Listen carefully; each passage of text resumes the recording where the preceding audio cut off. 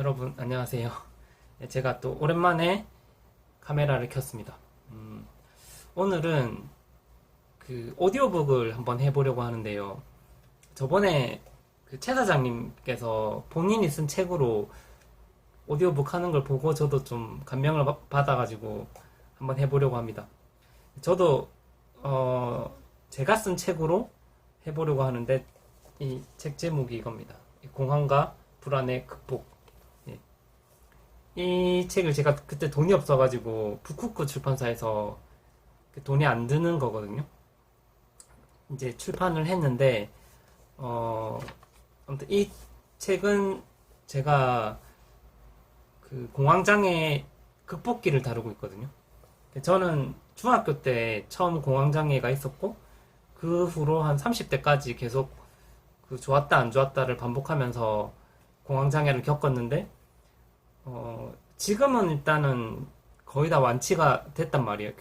그러니까 이게 완치라는 개념이 없을 수도 있는데, 어쨌든 지금은 증상이 거의 없고, 병원도 안 가고, 그리고,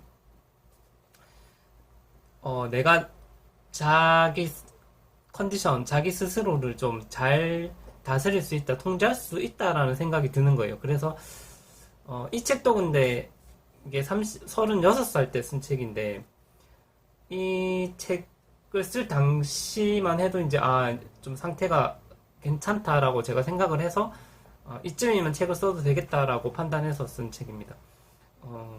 그 동안에 제가 공황을 겪으면서 있었던 여러 가지 일, 경험, 뭐 책을 읽거나, 여러 가지 치료하는 노하우나 이런 모든 과정들을 이 책에 다 담았습니다.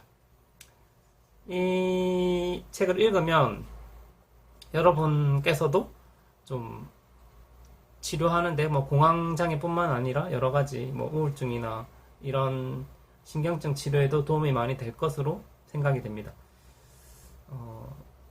아무튼 뭐 제가 한번 제 책을 한번 읽어 보겠습니다. 공황과 불안의 극복. 책의 독자들을 위해서. 내게 처음 공황이 온 것은 16살 중3 때였다. 그때는 정말 심각했다. 20년이 지났다. 그동안 공황은 끊임없이 나를 괴롭혔다. 어떤 시기는 괜찮았다가 다시 공황이 재발되는 과정의 반복이었다. 공황은 때론 지독한 우울증으로 바뀌기도 하였다. 정말 악몽 같은 시간이었다. 나는 오로지 나 자신의 병을 고치기 위한 삶을 살았다. 고등학교 때도 심리, 철학 책을 많이 읽었고 대학도 심리학과를 갔다. 정신과 병원도 내 집처럼 드나들었다. 그 과정에서 나는 인간 정신에 대한 어떤 통찰을 얻었다. 지금은 1년 넘게 병원도 가지 않고 있다. 병이 완치되었다는 확신을 한다. 약도 완전히 다 끊었다. 최소한 공황이나 우울증에 대해서는 누구보다 전문가라고 확신한다. 정신과 의사들은 공황의 과정을 경험하진 못했지만 나는 그 아픔을 온몸으로 경험하였기에 그 외롭고 아픔과 힘든 치료 과정을 너무나 잘 알고 있다. 요즘 실제로 공황이 있는 사람들에게 많은 조언과 상담을 해주기도 한다. 아침에 일어나면 차분한 음악을 틀고 명상을 한다. 그리고 손바닥만한 메모장에 마음일기를 적는다. 내용은 간단하다. 현재 내가 스트레스 받을 만한 상황에 대해 충분히 생각하고 그것에 대한 내 의견을 성의 있게 적는 것이다. 공황은 현재 자신이 잘못된 방향으로 가고 있을 때 나타나는 일종의 경고이다. 사람들은 흔히 그 경고를 무시하거나 귀찮아한다.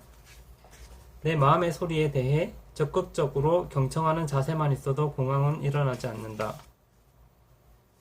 어느 순간부터 나는 내 마음을 완전히 통제하고 있다고 느꼈다. 어떤 스트레스나 두려운 상황이 오더라도 놀라지 않는다. 그런 일들은 이미 오래전에 예상하여 대책이 끝났거나 통제가 충분히 가능한 일들이다. 건강하고 행복한 마음은 항상 지속적인 노력이 필요하다. 나는 그 노력을 습관처럼 하고 있으며 지금 어느 때보다 건강하고 걱정이 거의 없는 상태이다. 어제 몸무게를 쟀는데 62kg였다. 꾸준하게 운동도 하고 있다. 36살인데 피부가 좋고 표정도 밝다. 가끔 세상이 참 행복하다는 느낌도 받는다. 지금에서야 공황에 대한 책을 제대로 쓸 수 있을 것 같다. 그 전에도 책을 쓰려는 많은 시도가 있었지만 솔직히 그때의 내 상태도 완치까지는 아니었던 것 같다. 그래서 글을 쓸 자신이 없었지만 지금은 책을 쓸 마음의 여유와 자신이 있다. 책을 완벽한 구성에 맞게 쓰지는 못하겠지만 최소한 나처럼 공황으로 힘들었던 사람들에게 확실하게 전할 메시지는 있다. 뜻이 있는 곳에 길이 있지 않겠는가? 이 책에서 내가 공황을 완치하기까지 겪었던 일들을 최대한 솔직하게 적을 생각이다.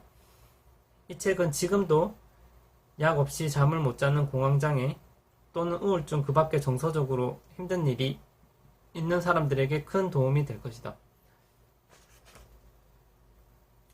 공황장애란 어지럽거나 혹은 기절할 것 같은 느낌, 호흡이 가빠지고 숨쉬기가 힘들다, 맥박이 빨라지거나 심장이 마구 뛴다, 죽을 것 같은 공포, 미칠 것 같은 혹은 자제력을 잃게 될 것 같은 공포. 공황장애, 요즘은 정말 흔한 병이다. 이경규, 차태현, 김장훈, 휘성, 남희성, 김하늘 등 많은 연예인들이 줄줄이 이 병으로 진단을 받으면서 이젠 그 이름도 온 국민이 다 아는 것 같다. 공황장애는 심리적 스트레스가 육체적 피로 등과 겹치면서 발생할 수 있는 병으로 경쟁에 쉽게 노출되어 있는 연예인들이 많이 걸리는 병이라고 한다.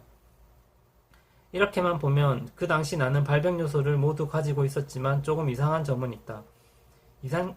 이상심리학 책을 보니 공황장애는 보통 30대 이후 빨라도 20대 초반에 오는 것이 대부분이라고 한다. 그런데 나는 왜 16살에 그 병이 찾아왔을까? 한창 성장하고 대학 입시까지 준비해야 할 인생의 꽤 중요한 시기에 말이다. 심리학자 마틴 셀리그만 박사는 공황장애를 DSM, 정신질환의 진단 및 통계 별남이라고 하죠. 에 분류된 병들 중에서 가장 치료 효과 좋은 병이라고 했다. 또한 얼마 전 통계치를 보니 미국 인구 30%는 살면서 한 번 이상은 공황 증세를 겪어본 적이 있고 이 병으로 정기적으로 병원 치료를 받는 사람도 전체 인구의 4% 내외라고 했다. 이렇듯 이제 이 병은 특이하지도 심각하지도 않다. 하지만 16살 어린 나에게 그것은 감당할 수 없는 무게였다. 그 시기 90년대는 지금과 달리 그 병에 대해 접할 수 있는 아무런 매체도 없었고 사실 정신과 의사를 제외하고는 그 병명도 모르는 의사들도 많았다. 의학계에서도 2000년대 이후에 활발히 논의된 병이니까 아무튼 나는 10대 후반을 그 병에 대한 치료도 받지 못한 채 그냥 견뎌야 했다. 사실 나는 그것이 병이 아니라고 생각했다. 그냥 신이 나를 시험하고 있는 것 같았다. 저주에 걸린 것 같다는 비현실적인 생각을 했고 힘들 때마다 기도를 했다. 솔직히 지금 생각해보면 내가 왜 병원에 가지 않았는지 좀 이해가 안 가기도 한다. 병원에 가는 것도 무서웠고 그럴 경황이 없었다고 밖에 설명이 안 된다. 16살 그 당시를 회상하면서 적은 글이다. 내가 처음으로 공황 증상을 보인 것은 중학교 3학년 9월로 정확하게 기억하고 있다. 그때 만화책을 보고 있었는데 책 내용에 주인공이 바다 한가운데서 배가 표류하고 있는 장면이었다. 나는 그 상황을 공포스럽게 생각했다. 어떻게 주인공은 아무도 없는 망망대해에서 저렇게 있을 수가 있을까? 무섭지도 않나? 그런 생각을 5분 정도 지속하다가 갑자기 처음 느껴보는 느낌. 세상이 완전히 까맣고 다 닫혀버려서 빠져나올 수 없을 것 같은 느낌을 받았다. 한 10분 정도 지속됐던 것 같은데 수년이 지난 지금도 그 첫 번째 공황이 왔던 그날의 기억은 생생하다. 그때 나는 어쩔 줄 몰라 집에 부모님은 없었고 할머니 방으로 달려가서 할머니 옆에서 누워서 껴안고 있었다. 무조건 좋은 생각을 해야 할 것 같아서 가족들과 친한 친구 생각만 했다. 그렇게 해서 겨우 진정이 되었는데 문제는 그 다음 날부터였다. 학교를 가야 하는데 불안이 계속 남아있어 움직일 수가 없었다. 그래도 학생이 학교는 꼭 가야 된다는 생각 때문에 꾸역꾸역 억지로 걸어가는데 상상하기도 힘든 기억이었다. 나는 공부를 정말로 열심히 하는 학생이었는데 모든 것이 올스탑 되었다. 그런데 이 사실을 아무에게도 말하지 못했다. 병이라는 생각도 못했고 모든 것이 공포스러워 객관적인 생각을 할 여유도 없었다. 말 그대로 공황 상태가 된 채 보냈다.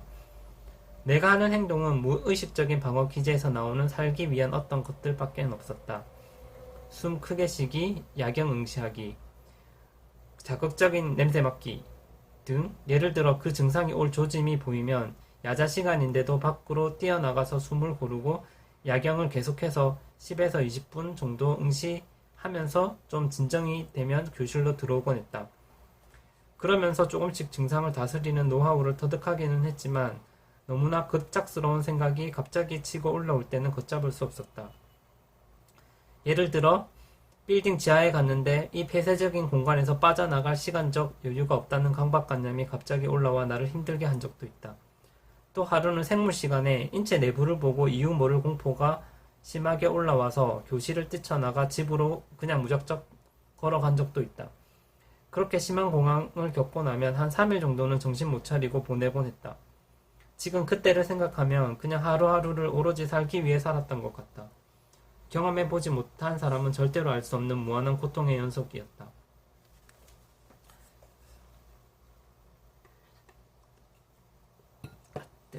공황의 원인.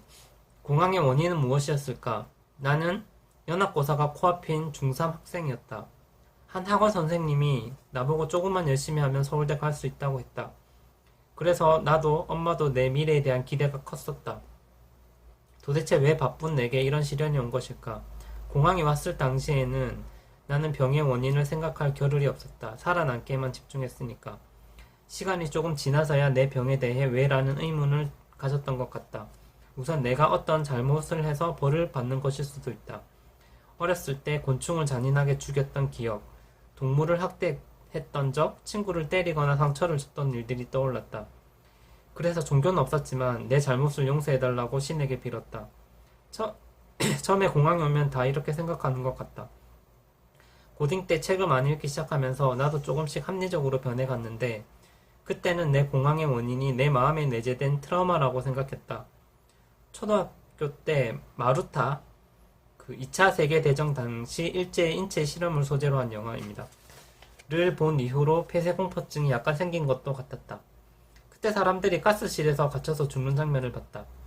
또 중3 때 접시꽃 당신이라는 영화를 보고 그 영화가 이제 주인공이 위암에 걸리는 그런 영화였습니다. 어느 날 새벽에 자다가 배가 아팠다. 그것이 위암일 수도 있겠다는 생각이 들어 무서웠다. 그때 너무 걱정을 심하게 해서 며칠 동안 밥을 제대로 못 먹은 적도 있다. 나는 그 모든 일들이 내 안에 불안을 만들고 그 불안이 화산 폭발하듯 터져서 공황이 왔다고 믿었다. 심리학자 아론 백은 잘못된 믿음이 공황의 원인이라고 한다. 배가 아프다고 다 위암은 아니며 갇힌 공간에 있다고 해서 다 위험한 것은 아니다. 배가 태평양 한가운데 표류하고 있다고 해서 그 자체만으로는 위험하다고 볼 수 없다. 내가 당시에 지나치게 비약적 배가 아프다는 단순한 사실만으로 위암에 걸린 거라고 판단했다. 가로 닫고 이고 부정적으로 생각을 했던 것이 공황의 원인이라는 것이다. 그리고 초등학교 4학년에서 5학년 때 나를 심하게 괴롭히던 친구들이 있었다. 그때 상처가 계속 남아서 공황이 된 것일 수도 있다. 프로이트에 따르면 우리가 트라우마 상처들을 덮어버리거나 피하려고만 해서 불안이 더 커지는 것이라고 한다. 원래 우리는 아무렇지도 않은 듯 다시 하루를 시작하기 위해 애써 과거의 기억을 지운다. 1년까지만 해도 나는 어릴 적 받은 상처들은 그냥 다 지난 일이고 사소한 것이라고 믿었다. 그렇게 생각하는 것이 정신건강에도 좋다고 여겼다. 그런데 의문이 들었다. 만약 내 상처가 정말 별것이 아니라면 이렇게 강박적으로 그것들을 피할 이유가 있었을까? 언젠가 나는 내 정면을 들여다보았다. 너무 부끄럽고 내 마음이 아려왔다. 그래도 참고 다시 나를 봤다. 그랬더니 내가 힘들어했던 그 어떤 일들이 실제로 그때 일어났음을 알았다. 그리고 어릴 적 몇 가지 장면들이 항상 나를 따라다니고 있었다. 프로이트가 시키는 대로 나는 자신을 안아주려고 했다. 정신분석의 핵심은 인정이라고 한다. 그때 그랬었고 그런 일이 있었고 나는 그렇게 했고 그 사람은 그런 말을 했어. 내가 나를 이해하고 그 창피하고 부끄러운 느낌들을 견뎌줄 수 있어야 한단다. 그렇게 하면 괴로운 반복을 끝내고 상처를 떠나보낼 수 있단다. 이런 과정을 거쳐야 과거가 다 지난 일이 되고 사소한 것이 될 수 있다고 한다. 트라우마가 생겼을 초등학교 당시 내가 심각하게 불안해했다는 것을 알겠는데 그때는 가만히 있다가 왜 하필 중학생 때 공황이 터졌을까? 대학에서 심리학을 공부하면서 알게 된 심리학자 윌리엄 글래서는 공황은 자기 자신에게 도움을 주기 위해서 발생한다고 했다. 도대체 공항은 내게 무슨 도움을 준 것일까? 공항에 처음 올 당시 학교를 마치고 바로 학원을 가서 수업이 다 마치면 밤 11시였다. 나는 경쟁에 시달렸다. 학원에서도 소수정의 반이었다. 항상 남들에게 뒤처지면 안 된다는 생각에 강박적으로 공부를 했다. 피곤한 밤이면 바람도 안 통하는 좁은 교실에 억지스러운 형광등이 쏟아지고 차가운 회색벽과 뾰족한 책상, 화이트보드 샤프가 나를 사정없이 찔러댔다. 어리고 약한 내가 그 무게를 무리해서 끌고 갔던 것일까? 공황으로 인해 내가 죽을 수도 있겠다는 생각이 드니까 아무것도 할 수 없었다. 단 하루 만에 나는 시험이나 공부, 성적, 진학 등 사방에서 나를 쥐어짜던 것들을 집어던졌다. 그때는 이 사실이 정말 원망스러웠지만 시간이 지나서 생각해보니 공황이 어쩌면 나를 살린 것일 수도 있겠다는 생각이 들었다. 어쨌든 나는 공부라는 부담에서 벗어날 수 있었으니까. 두려움에 대한 두려움. 이러다가 진짜 죽는 거 아니야? 밤에 태풍이 온다는 소식을 듣거나 집을 떠나 먼 길을 가야 하는 날이면 아침부터 공황이 올까 무서웠다. 고등학교 때 친구들은 공부에 대한 스트레스나 여자친구에 대한 고민을 내게 털어놓았다. 나는 내 입장에서 사소한 것들로 고민하는 친구들이 마냥 부러웠다. 나는 오늘 밤에 살지 죽을지 모르는데 얘네들은 태평한 소리나 하고 있다. 사람들이 내 고통을 아무도 모를 것이라는 이 사실에서 외로움이 가끔 몰려오기도 했다. 아니 솔직히 말하면 공황의 공포가 너무 버거워서 내겐 외로움도 사치였다. 공황의 느낌은 경험해보지 않으면 절대 알 수 없다. 미칠 것 같고 죽을 것 같은 말만으로 표현하기 부족하다. 일단 한번 그 공황의 공포를 알게 되면 다음에 또 그 공포가 찾아올까봐 불안하게 된다. 공황이 올까봐 불안해하는 것. 이것을 심리학에서 예기불안이라고 한다. 내 친구들은 시험을 망칠까봐 무섭고 여자친구에게 차일까봐 무섭다는데 나는 뚜렷한 대상도 없이 그저 내가 무서울까봐 무서웠다. 공황장애 환자들은 남들에게 없는 예기불안이라는 세상에 없는 막연한 고통을 안고 사는 것이다. 불이 100도씨에 끓 듯 공황도 역치 이상의 불안이 쌓이면 갑자기 나타난다. 만약 불안의 정도가 100도씨가 역치라면 99도씨 사람도 아직 그 공황의 느낌을 전혀 모른다. 그래서 공황장애 환자는 그냥 고민이 많거나 불안하기만 한 사람들을 보면 부럽다는 생각이 들기도 한다. 왜냐하면 그들은 아직 물이 뜨겁다고 하지만 끓는 것이 얼마나 고통스러운지 모를 테니까. 기껏해야 60도에서 70도에서 물이 뜨겁다고 난리치는 주위의 사람들이 우습게 보이기도 했다. DSM에 따르면 공황장애는 70% 이상 초기에 치료가 가능하다고 한다. 왜냐하면 공황장애 환자들이 가장 무서워하는 것이 바로 물이 끓는 순간의 공포인데 병원에서 처방하는 약은 공황의 느낌 자체를 생리적으로 못 느끼게 하기 때문이다. 일단 약을 먹으면 비록 마음은 불안해도 공황 발작까지 가지 않을 것이라는 것을 안다. 약은 공황장애가 있는 사람들에게 두려움에 대한 두려움을 완화시켜준다. 그것이 공황장애 환자들에겐 큰 위안이 된다. 나는 초기에 약 없이 4, 5년을 버텼는데 만약 내가 초기에 약을 먹었다면 만성적인 공황장애가 되지 않았을 수 있었을까? 공황 그 자체는 아무것도 아니다. 공황이 오더라도 문제가 되지 않는 경우도 있다. 내가 아는 어떤 사람은 산에서 길을 잃었을 때 공황이 왔다. 그 사람은 누워서 하늘을 한참 바라보다가 마음에 진정되고 나서 다시 침착하게 길을 찾아서 왔다고 한다. 그 사람은 그때 공황을 경험했음에도 공황장애로 발전하지 않았다. 왜 그랬을까? 그 사람은 평소에는 아무렇지도 않았는데 산에서 길을 잃는 그 특수한 상황에서 공황을 겪었다. 누가 봐도 공황의 원인이 분명했기에 공황장애가 생기지 않았던 것이다. 사람은 의식 무의식적으로 자신에게 공포가 감지되면 그 원인을 찾는다. 강도가 갑자기 나타나서 심장이 쿵쾅쿵쾅 뛰었다든가 산에서 맹수를 만나서 공황이 왔다면 뚜렷한 원인이 있으므로 앞으로 그런 일만 없다면 공황도 오지 않을 것이라고 무의식은 생각한다. 그런데 나처럼 집에서 공부하다가 공황이 온 경우라면 내 마음은 공황의 원인을 찾기가 애매하다. 그 당시 내 무의식은 공황의 뚜렷한 원인을 찾지 못했기에 내 삶의 모든 대상에서 공포의 원인을 찾으려고 노력했다. 무의식의 입장에서는 보이지 않는 두려움보다 눈에 보이는 두려움이 더 고통스럽다. 무의식은 내 마음에 존재하는 실체 없는 두려움을 여러 가지로 대상화했다. 그 결과 나는 지하 깊은 곳이 무서워졌고 엘리베이터, 비행기, 배 타는 것도 다 무서워졌다. 사실 공황의 원인은 약간의 분별력만 있으면 어렵지 않게 찾을 수 있다. 만약 자기 스스로가 공황의 원인을 찾을 수 있다면 여기저기 흩어진 불안이 하나로 일축된다. 시간이 흘러 내가 내 자신을 돌이켜 봤을 때 그 당시 공황의 원인이 어린 내가 공부의 압박을 견디지 못했기 때문이었다. 는 것을 알 수 있었다. 보통 이럴 때는 공황의 원인을 내가 충분히 이해하고 공부에 대한 마음을 조금 내려놓고 나 자신에게 휴식을 줘야겠다는 의식이 있었어야 했다.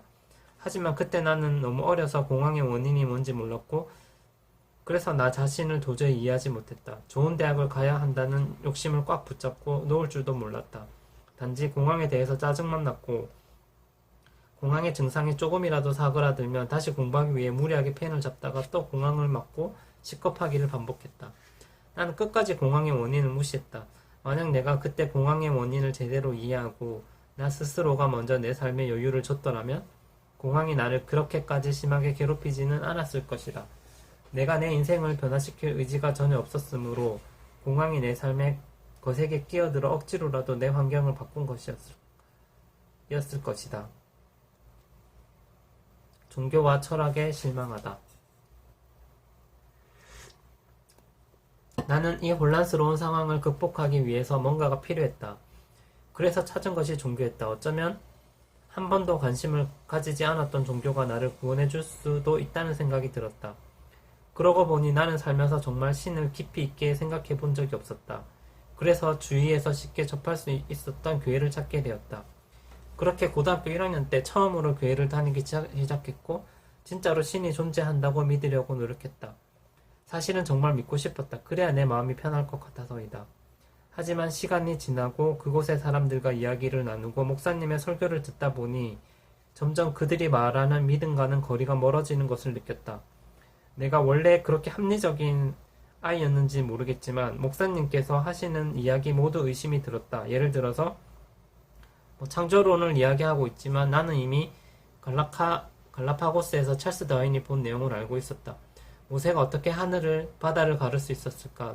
노아가 만든 배 하나가 그 많은 동물들을 다 실을 수 있었을까? 그리고 목사님은 홍수가 날 당시 노아의 나이가 600세라고 했다. 그게 사실일 수도 있겠지만 그 이야기를 믿기 어려운 것도 사실이다. 그들은 눈에 보이지 않는 것도 믿음으로 극복해야 한다고 하지만 안 믿기는 것을 어떻게 믿으라는 건지 이해가 가지 않았다. 만약 교회에서 내가 좀 더 납득할 수 있는 이야기를 했더라면 나는 정말 신을 믿었을 것이다. 많은 사람들이 교회를 다니지 않는 이유도 그 믿음이 쉽게 생기지 않아서 그런 것은 아닐까? 차라리 목사님께서 예전에 예수님이 행했던 마술이라도 보여줬더라면 신기해서라도 성경의 말씀을 믿을 수 있었을 것이다. 나는 그 다음 해부터 교회에 나가지 않았다.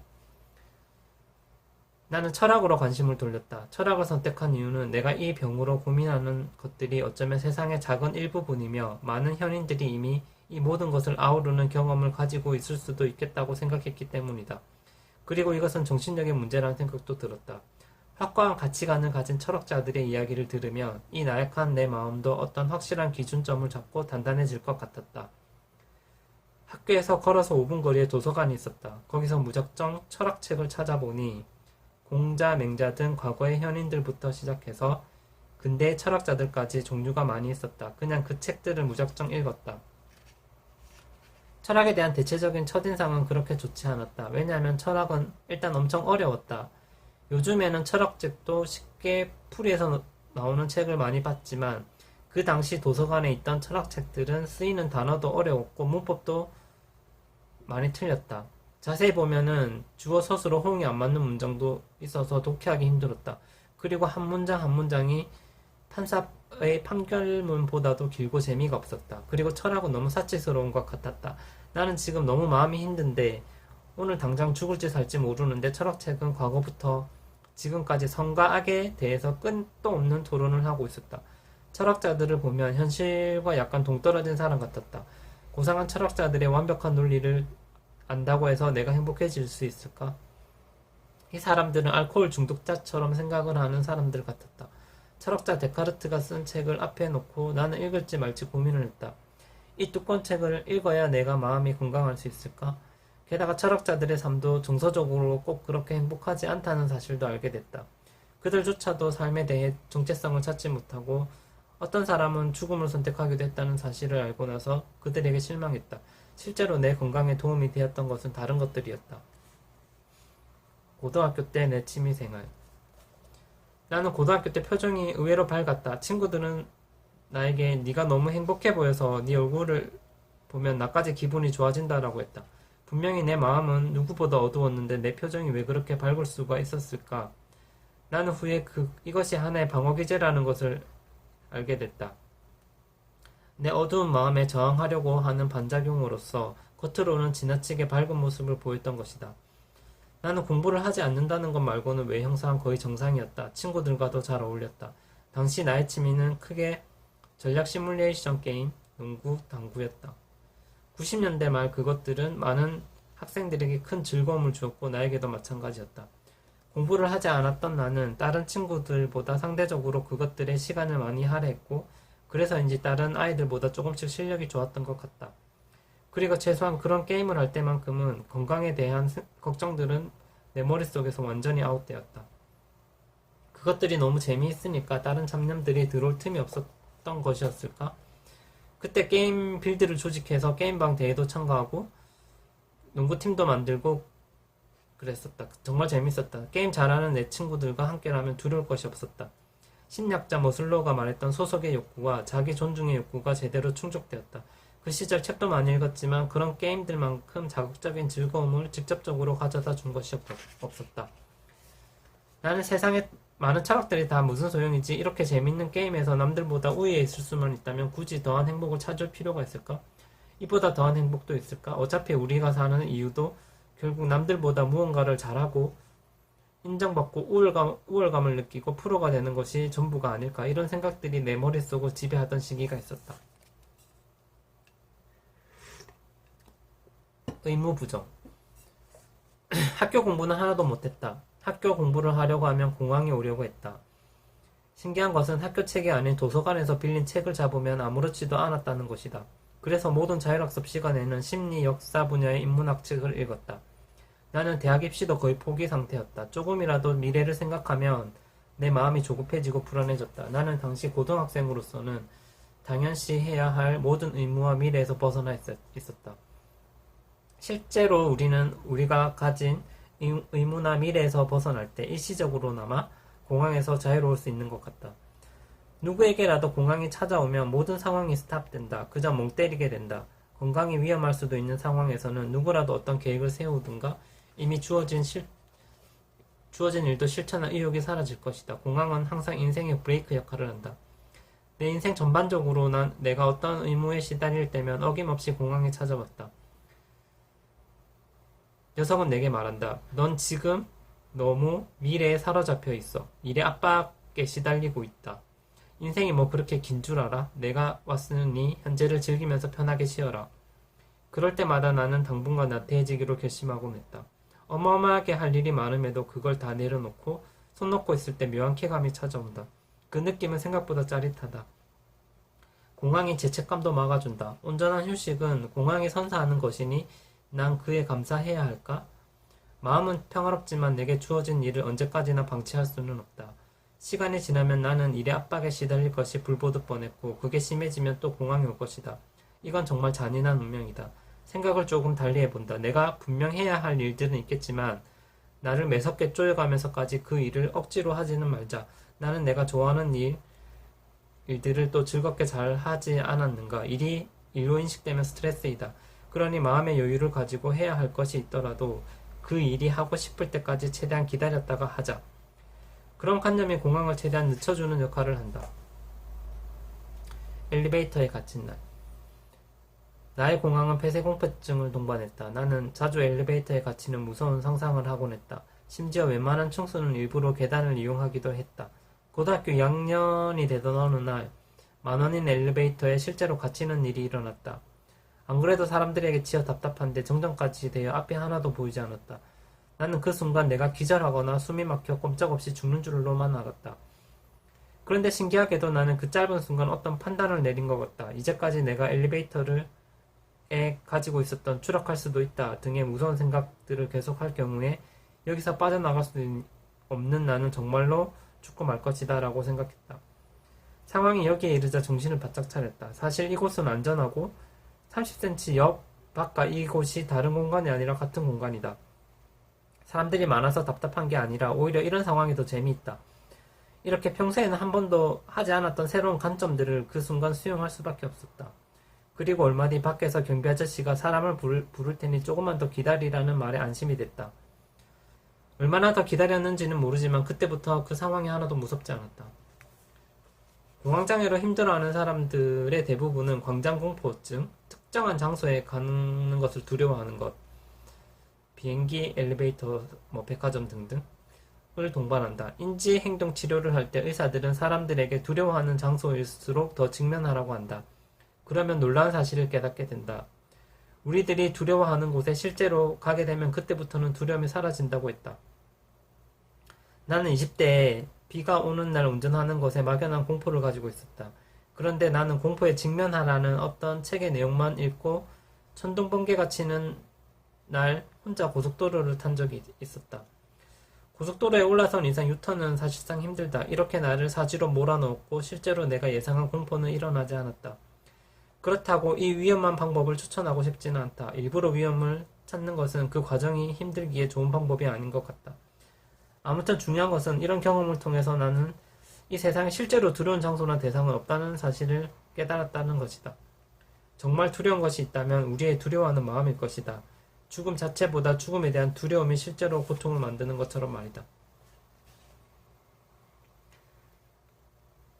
라인홀트 메스너라는 작가의 검은 고독, 흰 고독 내용 중 남갑 파르바트 정상 히말라야 8126m에서 쓰러지지 않으려면 나 자신을 다시 찾아야만 한다. 나는 두려움을 통해서 이 세계를 새롭게 느끼고 싶다. 지금은 아무것도 두렵지 않다. 이 높은 곳에서 아무도 만날 수 없다는 사실이 오히려 나를 지탱해준다. 심리학과에 가다. 프로이트를 처음 알게 된 것은 고등학교 2학년 때 말 학교 앞 도서관에서 20권으로 된 프로이트 전집을 우연히 보게 되면서부터다. 그 당시 나에게는 이 책이 엄청 어렵게 느껴졌다. 왠지 이 책이 인간의 비밀 같은 것이 들어있을 것 같았다. 나는 이 책들에게서 내게 도움이 될 만한 내용이 있을 거라 확신했기에 문장이 어려워도 그냥 참고 읽었다. 그렇게 책들의 메시지를 타고 내려오다 보니 대강 내용을 잡을 수 있었다. 심리학의 원래 정의는 인간의 행동을 과학적으로 연구하는 학문을 말한다. 그럼 과학적이라는 말은 무엇일까? 과학의 사전적 의미는 보편적인 진리나 질법칙의 발견을 목적으로 한 체계적인 지식이다. 한마디로 보편성을 지향하는 것이 과학이라고 해도 무난하다는 거다. 프로이트는 그만의 독특한 자유연상 기법을 활용해서 환자들을 체계적으로 연구하고 눈에 보이는 경과를 기록했다. 이렇게 과학적인 방식으로 인간 행동을 연구하는 것, 이것이 바로 심리학이고 나는 그 학문에 큰 관심을 가지게 됐다. 물론 지금에 와서 프로이트의 정신분석은 비과학적일 수도 있지만 그래도 프로이트의 책을 읽어보면 그 과학적인 보편성을 지향하려는 과학자들은 철학자들처럼 현란한 말로 건강의 중요성을 강조하지 않는다. 과학자들은 건강이 나쁜 사람들에게 몸이 건조한 몸짓으로 그들 몸속에 종양이나 암세포가 작게 퍼진 사진 한 장을 딸랑 보여준다. 굳이 자신의 말에 운율을 담으려고 노력하지도 않는다. 그런데 그것으로 그 사람에게 가장 확실한 삶의 변화를 불러일으킨다. 사람들은 세계적인 석학의 말보다 자기 동네 의사의 말을 듣고 항암 치료를 받고 운동을 할 것이며 식습관도 바로 바꿀 것이다. 철학자들은 자신들이 가장 사랑하는 사람일지라도 한 번쯤은 의심해야 한다는 윤리적 명제를 사람들에게 심어줄 수 있다. 보통의 사람들은 그 말을 듣고 그것을 충분히 인지하지만 정작 자신이 신뢰하는 사람들은 예외일 것이라고 생각한다. 원래 사람들은 보고 싶은 것만 보니까. 하지만 경찰들이 부모들에게 그들 자식들이 학교 앞 문방구에서 물건 훔치는 모습이 담긴 CCTV 영상을 보여준다면 아무리 자식을 사랑하는 부모라도 자식의 절도를 인정할 수밖에 없을 것이다. 이렇게 사람들의 실질적인 행동이나 신념의 변화를 일으키는 데는 객관적인 과학만큼 좋은 방법은 없다. 나는 프로이트가 사람의 어떤 마음을 리비도라고 부르는 에너지로 보았다는 것에 깊은 감명을 받았다. 마치 물리학의 F는 ma 이런 공식처럼 세계 어디에나 통용되는 그런 에너지 같은 것 말이다. 물론 인간의 마음을 그렇게 수학처럼 질량이 딱 떨어지게 설명하기는 힘들겠지만 그래도 그렇게 과학적인 관점으로 보았다는 것이 놀라웠다. 이미 현실과는 동떨어진 논리적 말다툼에 불과한 철학에 실망을 했기에 나는 심리학에 더 큰 관심이 갔다. 심리학은 많은 사람들이 다룰 수 있고 접근성도 좋으며 또 실생활에 응용하기도 쉬울 것 같았다. 프로이트는 나에게 인간의 행동에 대한 기본적인 프레임을 가질 수 있게 도와주었으며 그를 통해 더 많은 심리학자들의 이론을 알 수 있게 되었다. 그리고 심리학과에 가서 나의 공황에 대해서 공부해야겠다는 의지가 생기게 됐다. 나는 결국 1년 재수 끝에 내가 원하는 대학의 심리학과에 겨우 입학할 수 있게 되었다. 좋은 느낌. 공황 때문에 좋은 점도 있었다. 공황이 오면 이제 죽는구나 했었는데 10분에서 20분이 지나도 죽지 않았다. 그리고 나서 내가 죽지 않았다는 안도감과 함께 어떤 스릴감, 쾌감 같은 것들이 내 몸을 스쳤는데 아마 이거는 사람이 죽었다 살아났을 때 드는 느낌과 비슷할 거라고 생각했다. 잠깐씩이었지만 나는 그 느낌이 너무 좋았다. 이 느낌도 공황과 마찬가지로 처음 겪는 것이었다. 나는 이 느낌을 그냥 좋은 느낌 또는 필링이라고 이름 지었다. 나는 극과 극이 서로 연결된다고 생각했다. 그 강렬했던 죽음의 기억은 아이러니하게도 내게 삶의 소중함을 깨우쳐 주었다.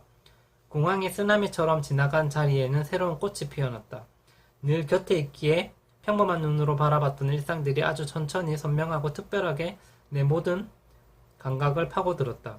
물기 어린 시멘트 바닥, 길을 비추는 은은한 조명, 아침 햇살, 시원한 공기, 잔잔한 음악 소리, 쌩쌩 부는 바람까지 그 모든 것들이 이렇게 아름다운지 공황이 오기 전까지는 몰랐다.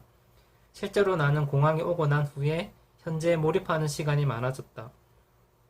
시간이 멈추고 공간이 멈추고 생각이 멈추는 곳에 필링이 있었다. 나는 사람들이 공황을 알지 못하는 것에 대해서 부럽기도 했지만 공황 뒤에 오는 이 환상적인 느낌을 알지 못하고 사는 것이 안타깝기도 했다. 이 느낌은 공황이 있어야만 느낄 수 있는 것일까? 사람들이 명상을 깊게 하면 이렇게 좋은 느낌을 경험한다고 들은 것 같다. 내가 필링을 경험하고 보니까 삶의 해답이 우리의 궁극적인 목적이 바로 이 필링에 다 있는 것 같았다. 필링은 나를 평화롭게 했고 날 협박했던 모든 구석에서 벗어나게 해주었다. 필링은 내 눈앞에 어떤 의무도 무력화시켰다. 미래에 대한 두려움, 죽음에 대한 두려움, 두려움에 대한 두려움도 일시적으로는 깨끗하게 사라지게 하는 마법의 힘이 있었다. 첫사랑. 1997년 고등학교 1학년 화창한 가을이었다. 나는 선배 손에 이끌려 마산창원 문학동아리연합회 모임에 우리 학교 교지 편집부 대표로 참석하게 됐다. 그곳에서 처음 그녀를 봤다. 그녀는 그저 표정 변화 없이 조용했다. 그다지 관심이 가지도 않았다. 모임이 끝나고 선배는 집으로 먼저 가버리고 나는 60선번 버스를 타고 집으로 향하고 있었다. 집에 다가갈 때쯤 나는 멍하니 버스 창밖을 내다보고 있었다. 그때 누군가 내 어깨를 가볍게 툭툭 쳤다. 나는 깜짝 놀라서 뒤돌아보았다. 아까 모임에서 봤던 그녀가 환하게 웃으면서 나 아까부터 이 버스 안에 있었는데 나 누구라고 해. 우리 아까 봤었지. 나 이제 내려. 다음에 또 보자. 안녕.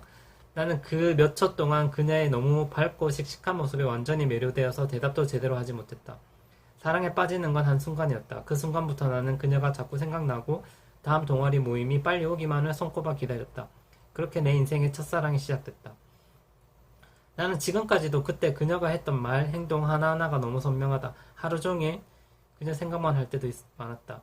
왜 나는 그녀를 그토록 좋아했을까? 그 정도 나이에 그렇게 신비롭고 매력적인 이성이 다가오는 것은 누구에게나 삶의 큰 사건일 것이다. 그녀는 내 관심을 사로잡기에 충분했다. 원래 나의 관심이 공황이었다면 이제 공황의 두려움에 맞설 강력한 적수가 나타난 것이었다. 그녀를 생각하면 기분이 좋고 마음이 설레니까 공황의 두려움이 잦아들었을 것이다. 그래서 내가 일부러 그 사랑의 감정을 더 키웠을 수도 있다. 내가 첫사랑은 공황에 대한 좋은 방패였다. 내가 공황이 없었어도 물론 그녀를 좋아했겠지만 공황 때문에 나는 더욱 집착할 정도로 그녀에게 빠졌다. 당시 공부를 아예 안 했다고는 하지만 대입에 대한 부담이 무의식 속에는 분명히 있었을 것이다. 그런 불안이 공황으로 나타날 수 있는 상황에서 나는 그녀를 만났다. 실제로 나는 그녀를 생각하면서 두려웠던 삶을 버텨나갔던 것 같다. 원래 우리 인간이 할 수 있는 생각 중에서 가장 밝은 것이 사랑인 것 같다. 사람이 아무리 힘든 일이 있어도 사랑이라는 감정만 있으면 최소한 그 상황을 버틸 수는 있을 것이다. 홀로코스터 속에서 살아남은 심리학자 빅터 프랭클도 그 지옥 같았던 죽음의 수용소에서 생사 여부도 알 수 없었던 자신의 아내 생각을 많이 했다고 한다. 나는 그가 그녀 생각을 왜 그렇게 깊게 했는지 이해할 수 있었다. 사람이 온통 어둠뿐인 상황에서 살기 위해서 어떤 생각을 해야 할 때 사랑만큼 희망적이고 밝은 생각이 없다. 그건 정말 어둠 속에서 한 줄기의 빛과 같다. 실제 빅터 프랭클의 죽음의 수용소 중에 이런 말이 있습니다. 인간에 대한 구원은 사랑을 통해서 그리고 사랑 안에서 실현된다. 나는 이 세상에 남길 것이 하나도 없는 사람이라도 사랑하는 사람을 생각하며 여전히 더 말할 나위 없는 행복을 느낄 수 있다는 것을 알게 됐다. 나의 리즈 시절. 대학교 새내기 시절 내 생일날이었다. 아침을 여자친구의 모닝 문자로 시작했고 1교시 수업을 듣기 위해 학교에 일찍 도착하면 정문에서 우리과 교실까지 그 간격에 마주쳤던 대부분의 사람들에게 환하게 웃으면서 반가움의 인사를 수없이 반복했다. 그렇게 교실에 들어서면 동기들은 내 자리를 맡아주며 친절하게 맞아주었다. 어찌어찌 수업이 끝나면 교실을 나서고 나를 따르는 아이들이 팬클럽처럼 무리를 지었다. 그렇게 공강 시간에 학교 앞에서 밥을 먹고 우리 반 아이들과 오붓이 노래방에서 놀고 있으면 여자친구와 대학 선배들과 남자 동기들이 다투어가며 나를 찾아 내 핸드폰 진동이 멈추지 않았다. 2001년도에 나의 생일은 뜻하지 않게 동기들의 오늘 생일인데 술 한잔 하자 이 말로 얼떨결에 하게 됐다. 그냥 친한 친구들과 간단하게 술 한잔 할 생각이었다. 하지만 한 테이블에서 시작된 내 생일 파티는 점점 커져서 나중에는 그 술집을 내 지인들로 거의 다 차지할 정도가 됐다. 내가 가입한 5개 동아리 친구들과 선배들이 축하를 해주러 친히 들렀고 많은 사람들이 자리가 없어서 합석하지 못하고 돌아갔다.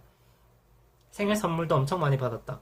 혼자 다 들고 갈 수 없어서 집에 갈 때 친구의 도움이 필요했을 정도였다. 그렇게 집에 가던 중 술을 많이 마셔 속이 되게 안 좋았다. 그런데 이렇게 몸이 안 좋은데 내 정신은 과거 탁탁했던 그 어느 때보다도 맑았다. 술에 취했다기보다는 그 모든 반짝반짝 빛나는 봄햇살 같은 캠퍼스 낭만에 취한 듯했다.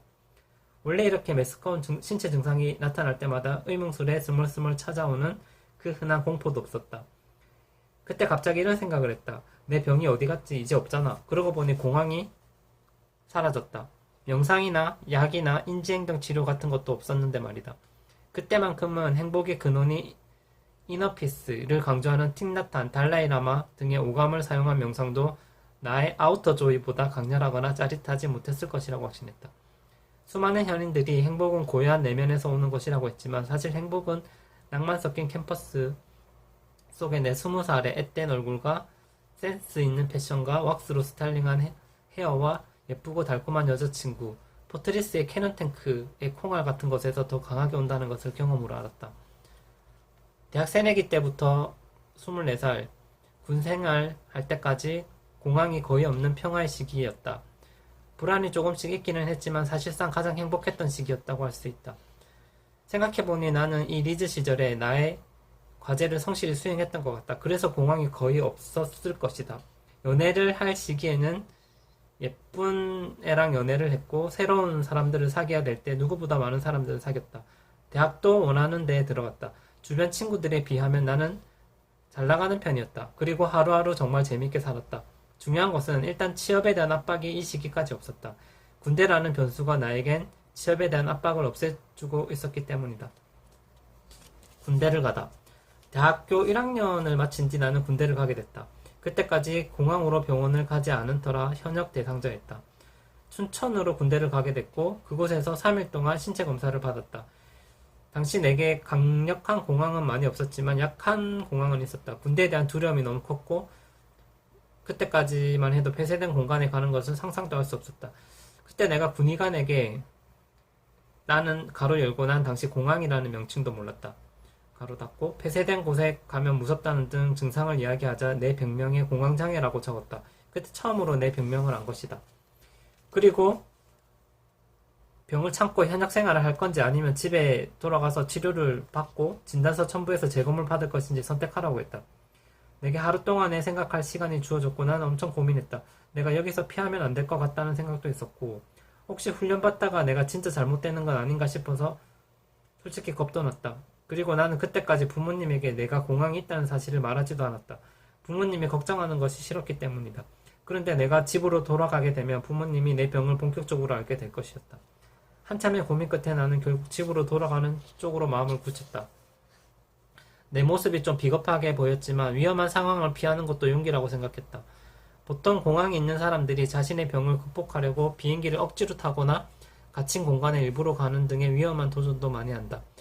나는 그것을 나쁘게 보진 않는다. 어차피 준비된 위험한 상황에서는 실제 위험한 일이 일어나지는 않는다. 공황이 있는 사람들이 공황 그 자체 때문에 죽는 경우가 없다.